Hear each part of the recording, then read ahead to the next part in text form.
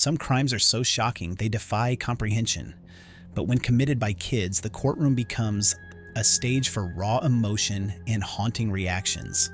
From unflinching indifference to tearful breakdowns, these moments reveal the weight of justice. Let's have a look at child convicts' shocking reactions to their sentences. Jian Lawhorn. On August 4th, 2014, a crime that seemed incomprehensible rocked the city of Kentwood, Michigan. Jian Lawhorn, just 12 years old, fatally stabbed 9-year-old Connor Verkerke in a playground. Connor was playing with his younger brother and a group of children when Jian approached, brandishing a kitchen knife he had taken from his home. Without warning or provocation, he attacked Connor, stabbing him multiple times in the back. Connor managed to run home, collapsing on his front porch as his younger brother screamed for help. Despite his parents' desperate efforts to save him, Connor tragically succumbed to his injuries. The crime was chilling not only for its brutality, but also for its apparent randomness. Jian and Connor did not know each other.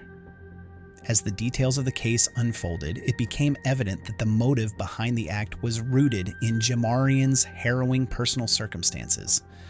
Raised in a household rife with abuse and neglect, Jian had endured years of physical and emotional trauma. His mother and stepfather frequently beat him, leaving him with a deep sense of despair and isolation. When questioned, Jian made a startling confession. He had murdered because he wanted to be arrested and taken away from his abusive home. "I wanted someone to take me away from my dad," he told investigators. This tragic statement highlighted the extreme lengths to which a child, consumed by hopelessness, might go to escape a life of suffering. The courtroom trial for Jian Lawhorn was a deeply emotional and complex affair. At the center was a 12-year-old boy who had committed a heinous act, but whose life had been marked by relentless abuse. Initially, Jian appeared calm and detached during the proceedings, an unsettling contrast to the raw grief displayed by Connor Verkerke's family.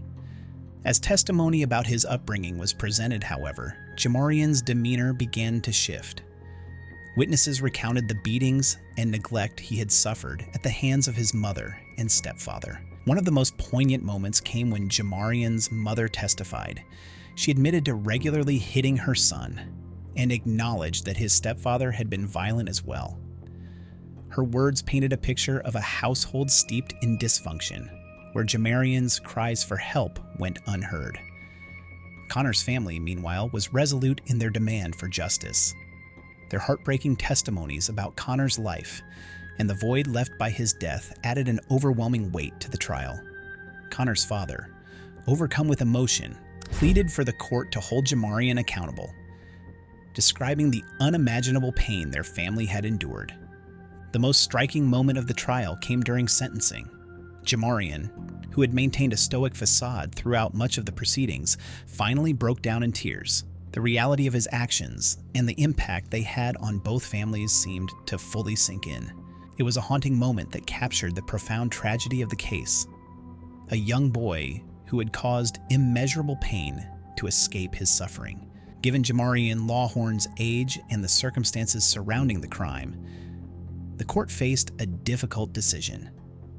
He was convicted of first-degree murder, but sentenced to a juvenile facility until the age of 21, with a focus on rehabilitation. The sentence acknowledged the severity of his crime, while also addressing the underlying issues of abuse and neglect that had shaped his actions. Jian was placed in a highly structured environment, where he received therapy and counseling to address his trauma.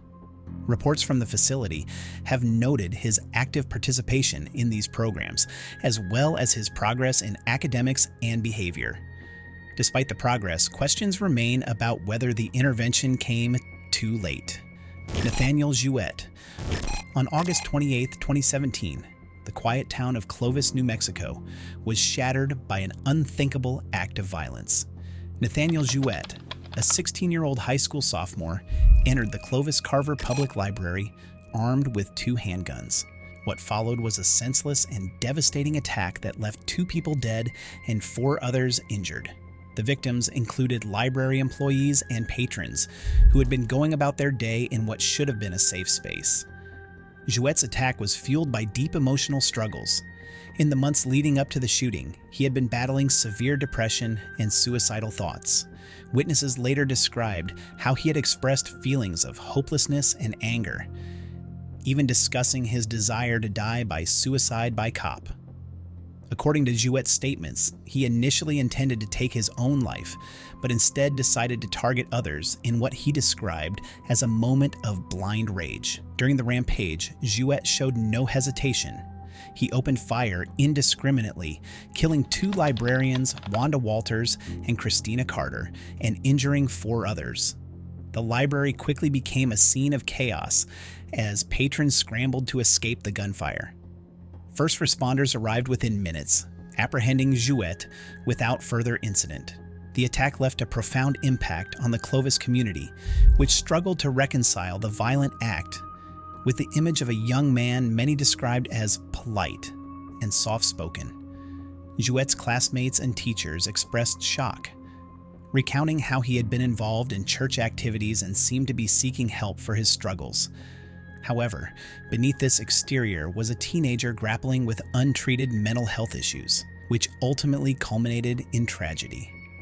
The trial of Nathaniel Jouet was marked by raw emotion and difficult questions about accountability. Jouet, who had pleaded guilty to the charges against him, faced the victims' families and the community in a packed courtroom. In a tearful statement during sentencing, Jouet expressed deep remorse for his actions. I can't imagine what some of you have gone through and continue to go through. Everyone who made a statement and showed up, I want to thank you, because I know that was hard for you to do. The courtroom audience had mixed reactions to Jouet's apology. Some family members of the victims found his words hollow, stating that no apology could ever bring back their loved ones.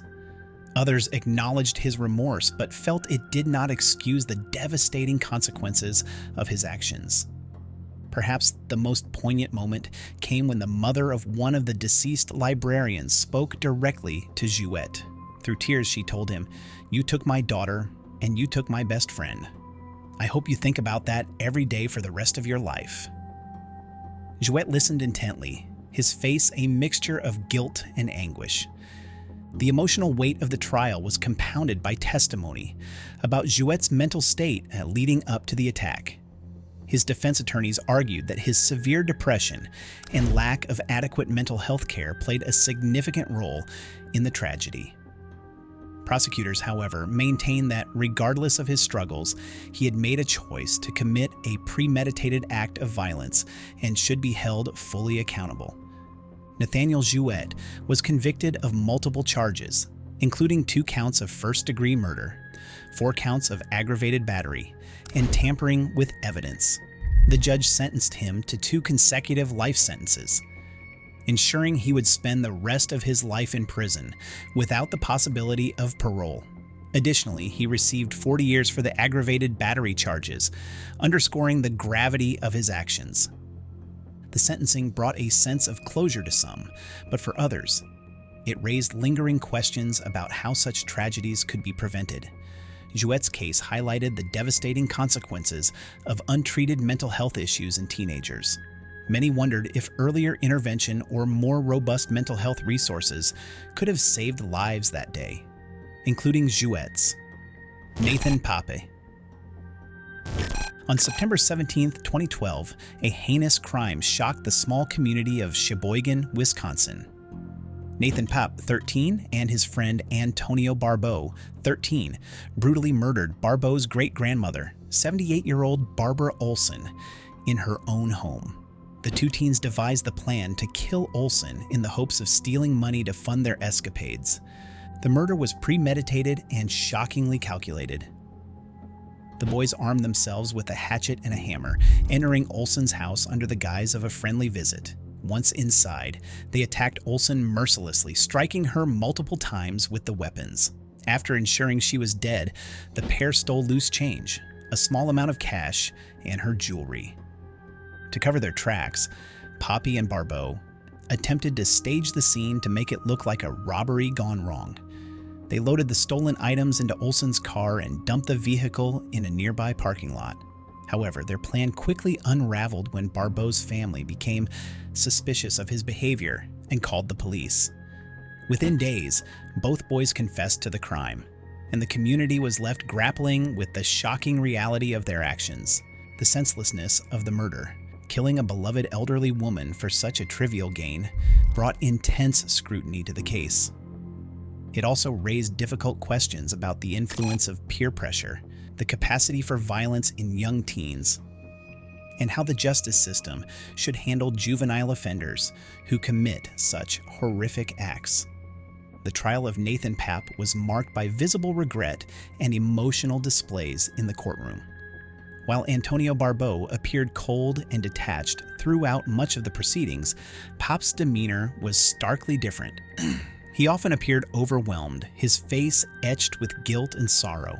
During his testimony, Pape expressed deep remorse for his actions. His voice broke as he described how he had followed Barbeau's lead, claiming that he never intended for the plan to end in murder. Testimonies from Olson's family members added to the emotional weight of the trial. Her relatives described her as a kind and loving woman who had always gone out of her way to help others, including her great-grandson. They expressed disbelief and anger that such a violent act could come from two boys so young. Pape's visible regret stood in contrast to Barbeau's chilling lack of emotion. Prosecutors argued that while Pape may have been influenced by Barbeau, he still played an active role in the crime and should be held fully accountable. The defense, however, pointed to his young age and impressionability, suggesting that he was a follower rather than a leader. Despite his remorse, Nathan Pape was convicted of first-degree intentional homicide.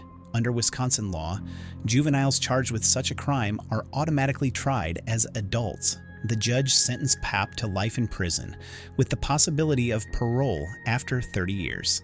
This meant he would not be eligible for release until he was in his mid-40s, a prospect that underscored the gravity of his actions. During the sentencing, the judge acknowledged Pape's apparent regret, but emphasized the seriousness of the crime. "You made a choice, Nathan," the judge said, and that choice had devastating consequences. The courtroom was silent as the sentence was read, with many reflecting on the tragic waste of both Olson's life. Pape's case has since become a focal point in discussions about peer pressure and accountability in juvenile offenders.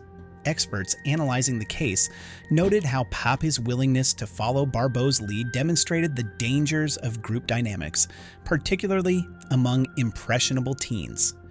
While Pape expressed regret and remorse, the fact remained that he actively participated in the brutal murder. Kyle Anger. On October 18, 2017, a group of 5 teens in Michigan turned a seemingly harmless prank into a deadly tragedy. Kyle Anger, 17, Mickaden Payne, 16, Trevor Gray, 15, Alexander Miller, 15, and Mark Sikelski, 15, gathered on an overpass on Interstate 75 near Flint, Michigan. They began throwing rocks at passing vehicles, a reckless act they saw as a prank. The situation escalated when Kyle Anger hurled a 6-pound rock that crashed through the windshield of a van, striking 32-year-old Kenneth White in the chest and head. White, who was riding home from work, died instantly from blunt force trauma. The vehicle's driver pulled over and called 911, but it was too late. White's death left his fiancée and their young child devastated, and the senseless nature of the crime sent shockwaves through the local community. Investigators quickly linked the teens to the incident thanks to witnesses and evidence at the scene. The group was arrested the following day and confessed to their actions. Authorities discovered that the teens had thrown over 20 objects from the overpass that evening, including a tire and other debris. While they claimed they didn't intend to harm anyone, the gravity of their actions was undeniable. The case highlighted the consequences of youthful recklessness and the devastating impact such behavior can have on innocent lives. Kenneth White's family, in particular, struggled to comprehend how a group of teenagers could engage in such a dangerous act without considering the potential consequences. The courtroom proceedings were emotionally charged as the teens faced charges of second-degree murder, conspiracy to commit murder, and malicious destruction of property. Their ages and the nature of the crime sparked debates about whether they should be tried as adults or juveniles. During the trial, the teens displayed a range of emotions. Kyle Anger, identified as the one who threw the fatal rock, appeared visibly shaken and remorseful. In a statement during sentencing, he broke down in tears, saying, "Without a parent, and the thought tears me up. In time, I can only hope that Mr. White's family and the community will be able to forgive me for my actions." His words, however, offered little solace to Kenneth White's grieving family. White's fiancée, Amy Cagle, delivered a heartbreaking victim impact statement. Through tears, she described the pain of losing her partner and the challenges of raising their child without him. I told my son that his daddy was gone and wouldn't be coming home. When I broke the news to my son, he didn't understand. In his mind, doctors could fix his daddy. The courtroom also heard from the families of the teens, who expressed disbelief and sorrow over the tragedy. The parents of Kyle Anger and his co-defendants pleaded for leniency, arguing that their children's actions were thoughtless but not malicious.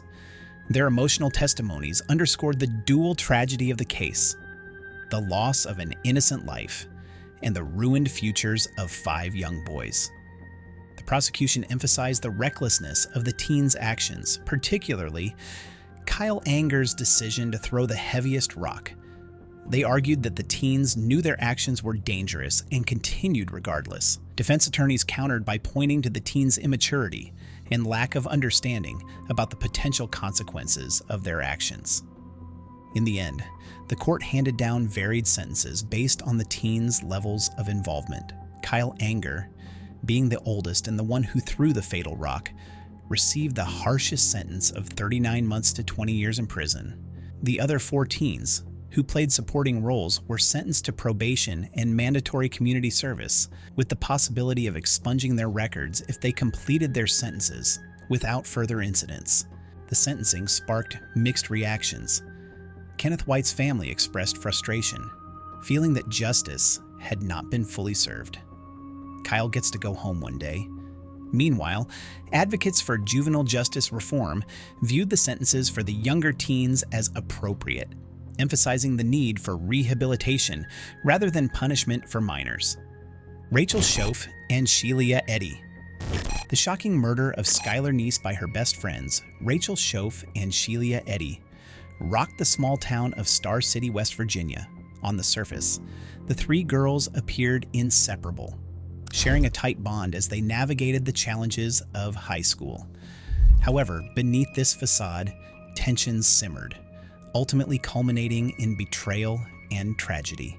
On the night of July 5, 2012, Rachel and Sheilia lured 16-year-old Skylar out of her home under the pretense of a late-night drive. They picked her up, drove her to a remote area in Pennsylvania, and, without warning, attacked her. Skylar fought desperately for her life, but the 2 girls overpowered her, stabbing her repeatedly. Her last words, reportedly, were a plea. Why? The motive behind the murder remains chillingly trivial.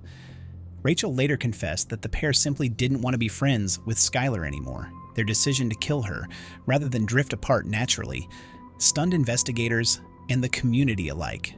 After disposing of Skylar's body and attempting to cover their tracks, the girls returned home, continuing with their lives as though nothing had happened. For months, Sheilia played the role of the grieving friend, posting heartfelt messages about Skylar on social media, and even helping with search efforts. Rachel, however, struggled to maintain the charade. Her growing guilt eventually led to a full confession in January 2013, which solved the truth about the murder. Rachel's admission not only shocked the Neese family, but also exposed Sheilia's cold and calculated involvement. The courtroom proceedings were emotionally charged as Rachel Jouet and Sheilia Eddy faced justice for their roles in Skylar's murder.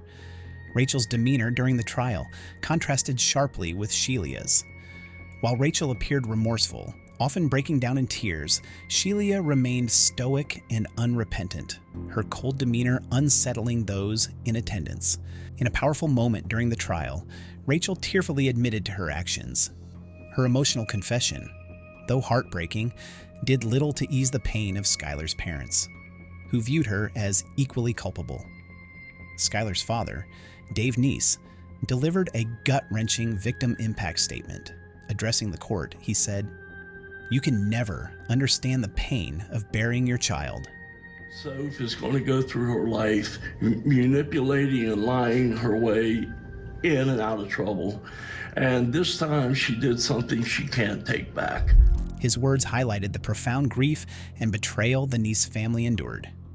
Rachel Jouet and Sheilia Eddy were both charged with first-degree murder. In exchange for her cooperation and confession, Rachel received a plea deal, resulting in a sentence of 30 years in prison. Sheilia, who did not cooperate with authorities, received a life sentence with the possibility of parole after 15 years. The sentencing brought a measure of closure to Skylar's family, but the pain of their loss remains. "Justice was served," said Dave Neese, "but nothing will bring Skylar back." The Neese family has since dedicated themselves to advocating for victims' rights and raising awareness about teen violence. The case sparked widespread discussion about the capacity for remorse in young killers, while Rachel's emotional breakdown and confession suggested a level of guilt. Sheilia's cold indifference left many questioning whether she truly understood the gravity of her actions. Psychologists analyzing the case pointed to the role of peer pressure and the lack of emotional maturity in understanding consequences. Martis Fuller. In May 2019, Martis Fuller, a 15-year-old high school sophomore in Kenosha, Wisconsin, fatally shot his ex-girlfriend, Kaylee Jouet. The crime shocked the local community, highlighting the tragic consequences of unresolved personal conflicts and controlling behavior in teenage relationships. Fuller and Kaylee had dated for over a year before their relationship became tumultuous. Friends and family reported that Fuller exhibited controlling tendencies, often demanding to know Kaylee's whereabouts and attempting to isolate her from her social circle. As tensions escalated, Kaylee ended the relationship, but Fuller struggled to accept her decision. On the day of the murder, Fuller entered the Jouet family home armed with a stolen gun. He shot Kaylee multiple times in her bedroom before firing at her mother, who survived but suffered serious injuries. Fuller fled the scene, sparking a manhunt that ended with his arrest the next day. The crime was both premeditated and personal, driven by Fuller's inability to cope with rejection, with the courtroom filled with supporters of Kaylee's family. Throughout the proceedings, Fuller maintained a stoic demeanor, showing little visible emotion as the prosecution detailed the events leading up to the murder. His lack of remorse, particularly in contrast to the overwhelming grief expressed by the Jouet family, left a chilling impression on those present. The trial included heartbreaking testimonies from Kaylee's parents. Her father, in a tearful statement, recounted the devastating moment he learned of her death. He said, addressing Fuller directly, "You took her from us, and there's no coming back from that." The prosecution painted a harrowing picture of Fuller's controlling behavior, using text messages and witness testimonies to illustrate the toxic dynamics of his relationship with Kaylee. The evidence showed a pattern of possessiveness and anger that culminated in the fatal shooting. In his defense, Fuller's legal team attempted to argue, "To this family I once shared time and love with. Truthfully, I am sorry about the pain you've all suffered through, but more importantly, the loss of my ex-girlfriend Kaylee, that I loved too. But I have to continue to stand innocent because I am. And I hope you all can eventually see in your hearts that I am not the person the media has made me out." However, the prosecution countered by emphasizing the premeditated nature of the crime, arguing that Fuller had ample opportunity to reconsider his actions but chose not to. Martis Fuller was convicted of first-degree intentional homicide and sentenced to life in prison without the possibility of parole.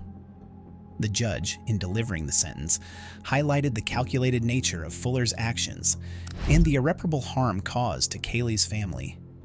The judge stated, "Protecting the public, acknowledging the seriousness of these acts, the court orders that on count 1 you are sentenced to life in prison without eligibility for extended supervision." For Kaylee's family, the sentencing provided a measure of closure but no solace. "Nothing will bring her back," her mother said. "But we hope this serves as a warning to others about the dangers of toxic relationships and unchecked violence." The case of Martis Fuller sparked broader conversations about the warning signs of abusive relationships among teenagers. Experts emphasized the importance of education and intervention to prevent similar tragedies. Schools and community organizations in Kenosha, the case of Martis Fuller and others reveals the devastating impact of teen violence, from broken families to shattered communities.